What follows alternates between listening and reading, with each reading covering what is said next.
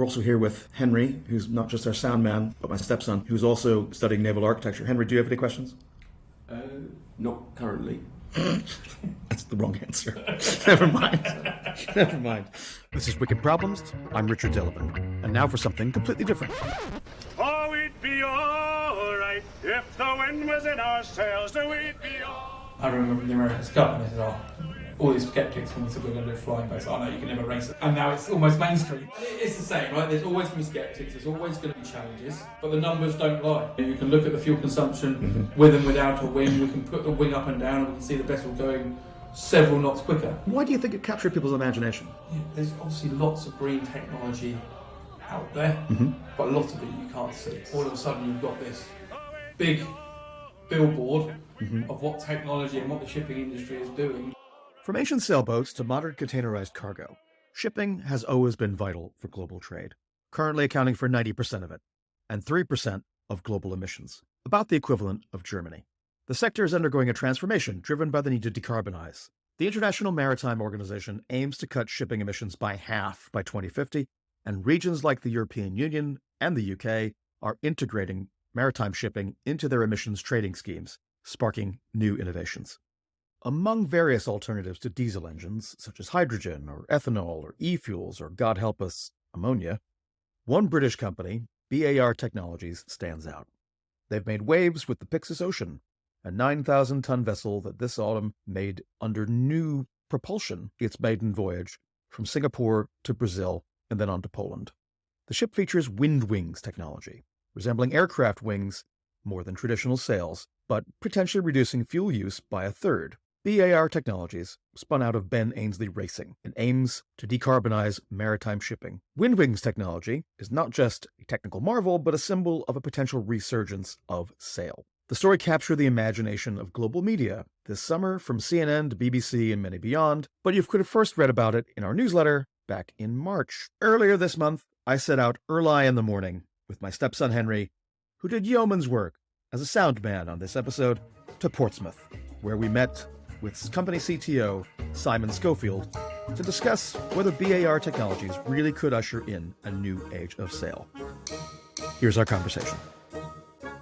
Simon Schofield from BAR Technologies. Simon, thanks for joining us. Good morning. Can you tell us a little bit about how you came to work with this team? Yeah, so my background is originally as a naval architect, and I spent much of my early career, about 20 years of it, in the design of Grand Prix yachts, the America's Cup especially, some offshore work as well, but spent a lot of time designing America's Cup boats. And then I was head of design and engineering for Ben Ainslie Racing, which was a race team at the time.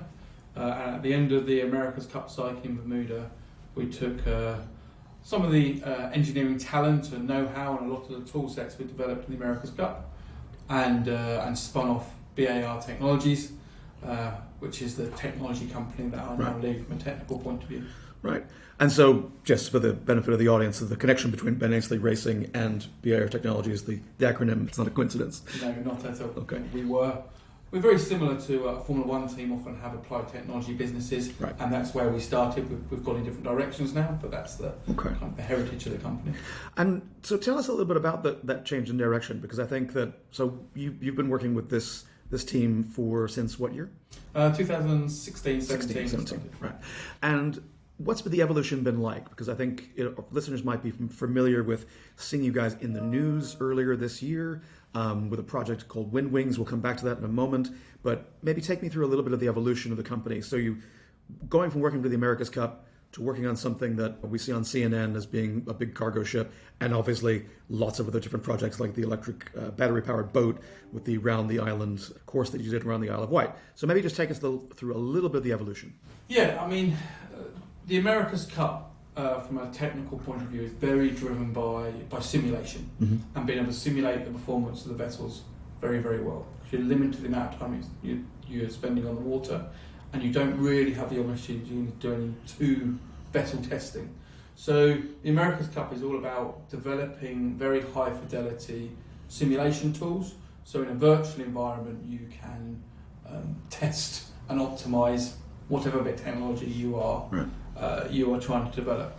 And when we formed BAR Technologies, it was that same philosophy, that simulation-driven innovation. So we are focused on being able to simulate the results of things very, very well, and then and use those results to then optimise the product that we're trying to develop.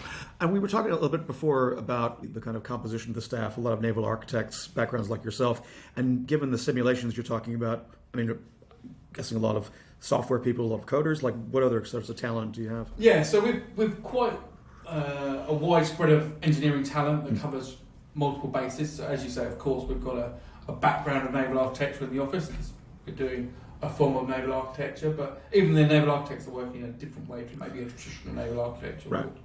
But then we've got a team of what we call the performance and simulation team. That's made up of kind of simulation engineers, so CFD engineers, for example, hydro aerodynamicists, but then importantly software engineers, mathematicians. We hire a lot of pure mathematicians and specialists in artificial intelligence and neural networks and development.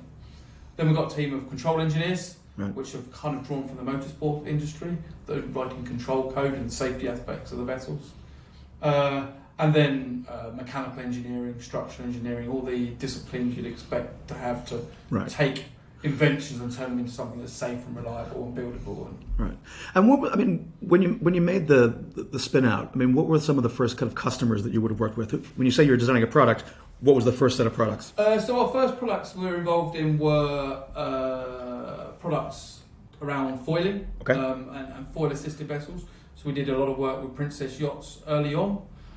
We did some work with Baltic yachts, so the higher performance foil-assisted vessels. So for the listeners who are not super familiar, if you could just briefly explain foil-assisted.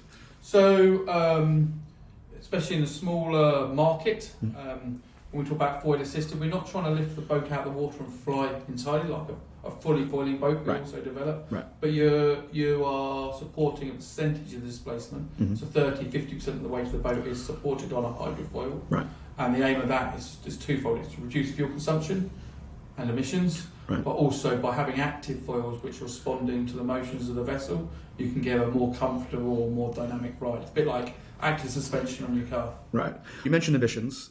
So has that been part of the journey from the beginning? Has that been a concern of customers and as part of the product development? Yeah, the aim of the business is to decarbonise the maritime sector. But for me and for us as a business, efficiency and decarbonisation go hand in hand. If you can be more efficient and you need less energy to achieve whatever you're trying to achieve, it doesn't matter where that energy is coming from, you're naturally reducing emissions. So you're either reducing emissions because you're burning less of a non-green fuel, or you're enabling the use of a green fuel which is maybe more expensive, less energy dense. Okay, that's interesting. And so your first set of products again was kind of enhancing an existing product set? Yeah, so we're kind of up to COVID, we were working on various vessels. We were doing vessels, again, foil assisted for the offshore wind industry that take the technicians out, something called the Bartek 30. And then we were doing a lot of simulation work and developing simulation tools specifically for understanding green technology on ships. Now the shipping industry's got this big challenge that it needs to decarbonise by 2050. And there's lots of technologies out there. Some are good, some are bad. Some will work well in harmony with each other, and some will not coexist. So we had clients wanting to understand that landscape. So we took our simulation tools from the America's Cup and we redeveloped them specifically for shipping, a tool we call ShipSeat, that allows us to look at the way different devices will work on a ship, and that's kind of where wind technology was born out of. Because of course that is one of the devices we're analysing and looking at.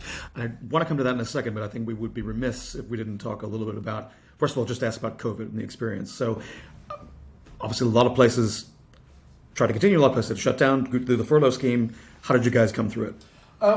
We were lucky. We were relatively busy. We were very busy. We were a smaller team than we were now, which I think made the working from home thing easier. We're very much an office-based business. We think engineering's a contact sport. We need to be around a desk pointing, scribbling on whiteboards to get that high rate of development. But through COVID, we were developing wind wings, we were developing our tools, all our products. We didn't really slow down. In fact, if anything, we accelerated through COVID. So for us, it was an inconvenience, but didn't really change our Trajectory. trajectory. Okay.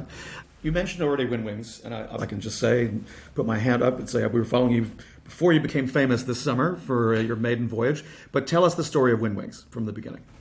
So I spoke about Shipseat and that tool we're developing, and Cargill, who are a big supporter of the project from the start, came to us and said, you obviously understand how to simulate devices. Can you have a look at all these technologies and give us your view? Right. And we gave them an honest appraisal of the technologies, and they came back and said, well, you seem to understand this, you're used to designing things. What's your view? What would you do? And with that tool, we were lucky that we could kind of turn it on its head. And before we even started looking at what Wind Wings would look like, we were looking at what the performance profile of the most efficient device to maximise the fuel saving around the world would be. Right. And with that knowledge in mind, they then said, well, have a go. So then we started developing Wind Wings, and that's where it came from. The idea of this age of sail, right? So we had Churchill moving the Royal Navy from that to coal to oil, and right before the First World War, and that's where we've been since, right, in the maritime industry generally. And then this idea that somehow sail-assisted cargo ships could somehow make a comeback. So Cargill was the ones who asked you to look at this thing in the first place, or interesting? Okay, tell us a little bit about how the project iterations went, and then leading us up to where we got to this summer. Yeah, just to touch on that. Yeah. That thing we've done a full circle. Yeah. I mean, obviously, the wind energy is a free fuel delivered at source. We don't need to bunker it. Right. As long as it's windy, it's there. Yeah. And there are obviously good routes and bad routes, just like there was traditional trade routes. That still holds true now. Right. But the technology is obviously very different to the technology of the past. The devices are much more efficient. They're fully automated. They don't require crew input. There's no pulling of ropes, as I'm sure you expect. We took on with that knowledge of what we needed to. We started looking at a very high level of what the most geometrical shape for these devices would be. Right. And we landed at this 3-element solid wing that we've got. And if you imagine a wing on a ship, like an aeroplane wing, but turned vertically. Right. An aeroplane wing is producing lift upwards to keep the plane to fly. Right. We're just producing lift forwards to propel the ship. Mm-hmm. Now, if you think of a wing when it's in level flight, it's kind of a single element wing, and it's very, very efficient. It's got a very high lift to drag ratio. Right. It's trying to fly and minimise the amount of fuel it's trying to burn. Yeah. But if you look out the window of a plane when it's coming to land, you get ailerons and flaps deployed. It becomes a multi-element slotted wing. Right. And it's doing that so it can produce more lift, so Right. it can fly slower and come into land. Yeah. And that's what we need to do on a ship a lot of the time. We don't worry about the fact that the wing is slightly less efficient in terms of lift to drag. We're looking for pure grunt and pure power. Hence we've got this 3-element wing, which allows us to have a very highly cambered shape, and these slots, which allows us to maximise the lift coefficient and maximise the power we're producing. Of course, we can still deploy back to a single element or close to a single element wing when the wind conditions determine that's what we need, and that's an automated process. So it's this fusion of all wing design from aircraft going back 100 years plus, but also thinking about the tactics that allowed sailing ships, all through that period as well. But prior to that, the only way you get around on the ocean, to be able to be deployed for this. So what kind of efficiencies can you get? Like, so if if Cargill is trying to, or another customer is looking at saying, okay, we're using X tons of fuel per journey from, I think the maiden was from Singapore to Brazil. What percentage would you save using the Wind Wings technology? What was the goal, and what did you achieve on the maiden voyage? Yeah, so it's a slightly complex answer, as I'm sure you'd understand, because it depends on speed, size of the ship, and all sorts of things. So generally, what we say is, if you're looking at the lifetime of a ship which is tramping around the world and doing all the good routes and all the bad routes through its life, each wing is going to save you about 1.5 tons of fuel a day. And to put that into context, on a Kamsamat, what the Pixels Ocean is, if you fitted 3 of those, you'd be saving about 30% of your fuel. Right. That's on average around the world. Right. Obviously, you don't traditionally use wind-powered ships where the wind is bad, and you focus on the more... the routes that are more favourable. Exactly. Right. So, for way of example, in 25 knots, which is a medium strength wind, we operate in up to 40 knots of wind. So in 25 knots of wind on the side, we're saving 6+ tons of fuel per wing per day. Right. You could free sail on some of these vessels, and actually in sea trials on the Pyxis Ocean, we did free sail. We were sitting there in the harbour, engine was off, we pulled the anchor up and we sailed off at kind of 6-7 knots around the harbour, just to show that we could do it. And how do people react when they see these wings on a ship, on a cargo ship? Yeah, I mean, I think the scale of them is something that...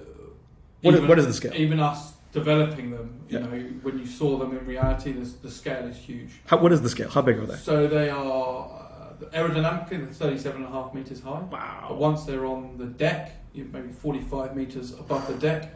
So that's 60 metres, 70 metres from the waterline. That's a lot. And the thing is 20 metres wide as well. Right. So they're very, very big structures. Wow. So they dwarf any sail you see in the sonar. And so I'm interrupting you because basically, so yeah, here I am in my dinghy. I'm trying to move around and I'm trying to not get hit with the boom. And so I see this thing coming towards me. What are people saying? Generally the feedback has all been really, really positive. Everyone can see it's the future. Yeah. It's a decarbonisation tool.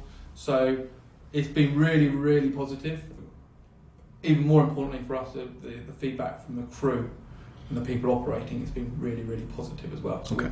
we have meetings with the captain of the ship twice a week. Right. And he's as excited as anyone else. He's like, what else can I do? Amazing. How else can I save fuel? How am I doing? So it's getting the crew to buy into this Right. decarbonisation piece as well, and wanting to use it more efficiently and wanting to maximise their fuel saving figure. You mentioned you've got people who've come from a auto racing background working for F1 teams.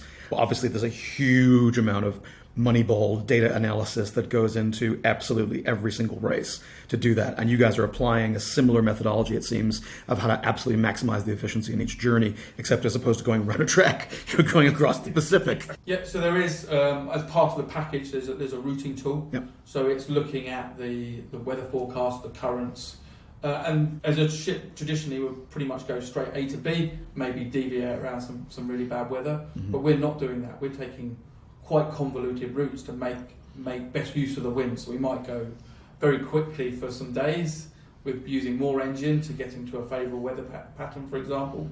So then we can throttle right back and we can sail more. So that whole route optimization is a big part of the feed input into the ship, and obviously taking all the data off the ship and analysing it and keeping the push improving is a big part of what we do as well. So in the same way that if you're running a power grid, right, and you've got solar and wind turbines that are feeding that grid, and you've got to have a pretty good idea about what the weather's going to be to balance load and power to make sure you've got a consistent kind of across a large geography. In the same way that people stopped having to think about, to a certain extent, conditions other than big storms, when they're plotting these routes across oceans to be able to carry cargo. In some ways, there's a parallel, isn't there, to be able to kind of think about things that we used to think about all the time for most of the thousands of years of human history. We stopped thinking about it for 100 years, and now we're thinking about it again, but we have better tools. Yeah, exactly. And I mean, the routing of these ships is generally done on shore by the fleet management team, and they've got routing tools already they're using. So what we're doing is replacing the algorithms behind those tools. Right. So in terms of the guy deciding where the ship's going and sending it to the captain, kind of his workflow doesn't really change. Right. It's just the maths in the background is different. Got it. Okay, that makes a lot of sense. And so, again, you've had this maiden voyage, you've had a huge amount of press, CNN and BBC. What was that like for the team to get this international acclaim? Yeah, I think we knew it was going to be big, but I think it took us all by surprise, just the uptake and the... And why do you think it captured people's imagination? I think it's... there's obviously lots of green technology out there, but a lot of it you can't see. Yes. All of a sudden you've got this big billboard of what technology and what the shipping industry is doing to try and fix the problem that in reality we all create.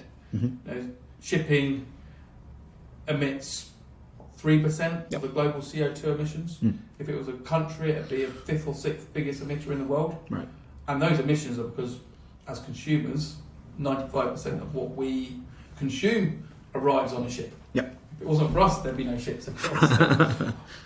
So it's we're all closer to the industry than that we might like, Mhm. and I think it's coming to the forefront of people's minds. Right. So to have this big thing that people can see that really shows that the industry is making an effort, I think just captured imagination. Right. Well, I mean, that's terrific. What's next for it? I mean, so where does it go from here? It's all about scaling up now for us. So the Pixis Ocean is in operation. It's actually just left Gdansk. So it left Brazil, where it was laden, and it comes to Gdansk in Poland, fully laden. Right. And there it did its first unload, so its first discharge of cargo, Right. which kind of closed the loop on the operations. Okay. Right. And that's an important part of the Yep. wings because you've got to coexist around the ports, Right. infrastructure. So we closed that loop. And how do you do that? Because obviously, if you're going through certain ports, you're going to go under bridges, you're going to be dealing with causeways, you're going to be dealing with structures that a 45-meter high thing is, a lot of port infrastructure isn't built for. Yeah. So how do you deal with that? So we have to fold them flat onto the deck. Right. So these are, these 45-meter, 200-ton structures we have to fold down Wow. onto the deck, and then we have different configurations to allow them to store in different ways for canal operations, for example, or tugging or load and discharge. So it's been a big part of the development is how you integrate into the rest of the ship. Amazing. And so what was the scariest moment? I mean, obviously you've been on a huge journey here. You got through COVID, right? This project, even if you didn't know exactly how big it was going to become, everyone obviously was pretty excited about it. You could kind of see the potential. You could see just people kind of get it. When you saw the trials you were doing, you saw the reactions, people's eyes bugging out, going, "Oh, this is amazing."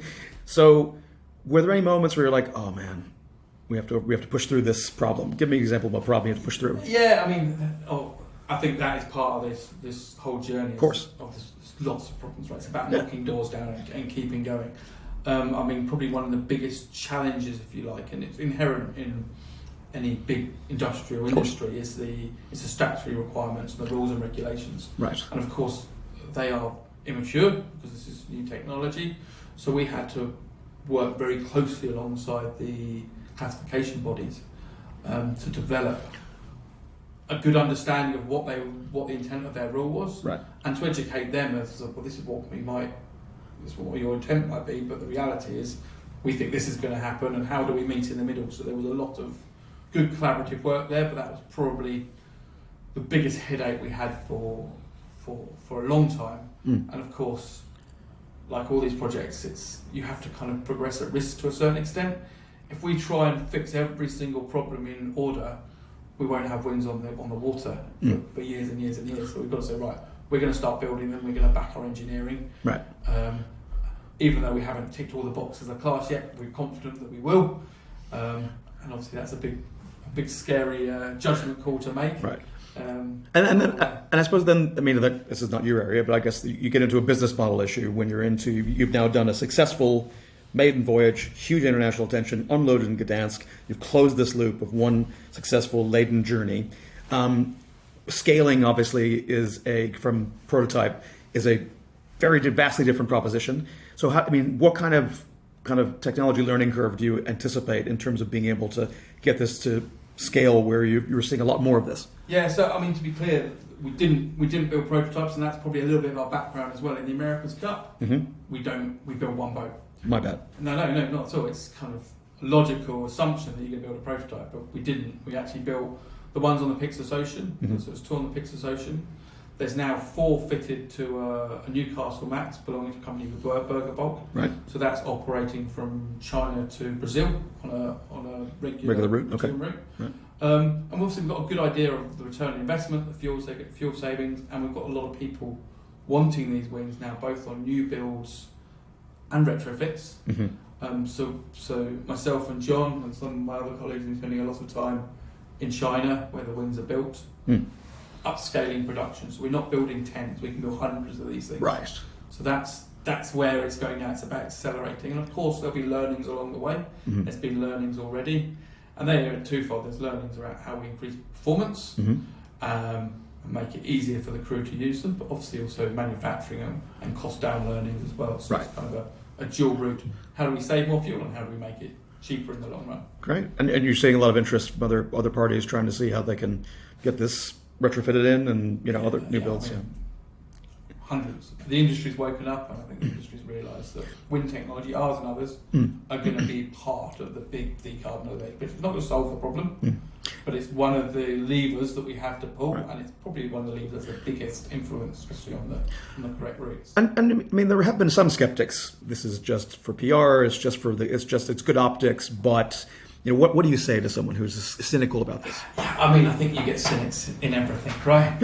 I remember the America's Cup, and they said, all these skeptics when we said we're going to do flying boats. No, you can never race a foiling boat. And now it's almost mainstream. Right.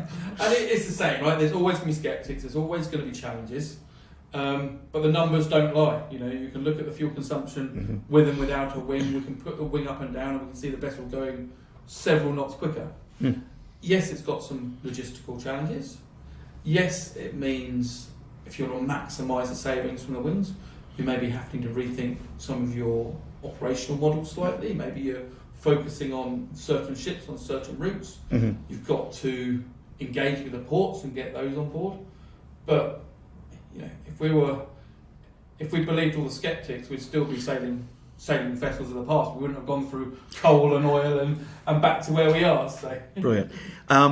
Right, but I definitely want to hit you up for this tour. Before I do that, we're also here with Henry, who's not just our sound man, but my stepson, who's also studying naval architecture. Henry, do you have any questions? Not currently. That's the wrong answer. Never mind. Never mind. So I think I mentioned how we've got different teams, different departments. The guys started life as naval architects, but then there's a lot of mechanical engineers and structural engineers. Hassan's working at the moment on an installation for a ship, so an integration. So when designing wings, we've got the whole integration challenge of how you actually bolt into the deck and integrate the structure and reinforce the deck and everything else. This is a plinth the wings would attach to on a deck, and this is where the rams will attach. So this is looking at the ways the forces are transmitted into the global ship structure. Right. Working with the shipyard to look at what the reinforcements are and all the maths, all the optimization, and develop all the software that run the wings. So Tom writes a lot of our routing software. We're saying we don't take the straightest route. I guess this is the Pixels Ocean, is it? Leaving Gdansk. So you can see this is one of the routes that it may take. Right. Leaving Gdansk, and as you can see, it doesn't go in a straight line. It's trying to find the best route through the weather, variable speed. Looks like it's going to be windy. I was looking at the waves here. This 14-metre waves. Oof. That's the 17th of November forecasted. We're going to be going. We're here. So we missed it. Man. So the shipping forecast to make a big comeback. Yeah, I mean, there's obviously a lot of good high-resolution forecast data now that we use, and we're kind of agnostic to which forecast we use. Can I touch it? Yeah. What's the material? This is alloy. So this is just a frame on the back. So we've been looking at different layouts. So, so one of the challenges you are loading iron ore onto these ships. Yeah. It's being dropped. So there is a risk that there's a collision with the wing. Right. So we've been dropping big balls. You're holding a steel ball there. Exactly. Right. Which is it's obviously similar to a kilo or so. Yeah, it's a similar size to a lump of iron ore. And then we've been looking at the effect of the impact on damage and looking at different laminates, how we make it more resistant. Each of the wings is like 200 tons? Yes. Is that right? Optimizing weight is obviously a big deal, so you're using different components, different materials, different chemistry to be able to kind of get the weight down, so the main but also the tensile strength. Yeah, so the main structure is fast steel, but then the aerodynamic shapes were built from composite. Right. And this is very similar technology to a wind turbine, and built in a very similar way, but obviously wind turbines have minimal impact, bird strikes and things, but it's relatively minimal. Very few iron ore pieces in exactly. The wind turbine. Right. So we've got to look at changing that technology and using, incorporating different layers to reduce the effect. So you can see we've got an intermittent layer in the composite layout, which is there to absorb. Okay, and it's like a hexagon shape. Yeah. And so that's helping to improve the strength, like in a mobile phone case. Yeah. Right. And we don't mind a little bit of damage. That's not going to really harm us. Right. But what we don't want to do is that damage to grow. Right. Especially grow undetected, because then you get into fatigue problems and lifing problems. Right. So, like a crack in the windscreen of a car. Exactly. Henry, do you have any questions? So do your guys upstairs, or do you have technicians to do? Yeah, do we've got testing? some boat building technicians Yeah. that build these panels for us and build all our test rigs, and they also build, like the foiler was built here as well. All right. Okay. And they build, they're artists as well. This is a model of the wings for a show. Oh wow. So this is, I don't know what scale model of the wing, but this is the scale of the wing. You know, I was talking about the flaps, so you can see the leading and trailing edge flaps. So you've got the main element, and then you've got the two flaps which change to produce those cambered shapes. Big thanks to Simon Schofield and the whole team at BAR Technologies for taking the time and showing us around. In the show notes, you can find a video of Simon showing us that scale model. And my thanks to Henry, who was a little further along on the learning curve as a boat builder and naval architect, and as a sound man, but hopefully you got the flavor of things. Thanks for listening. Tell us what you think.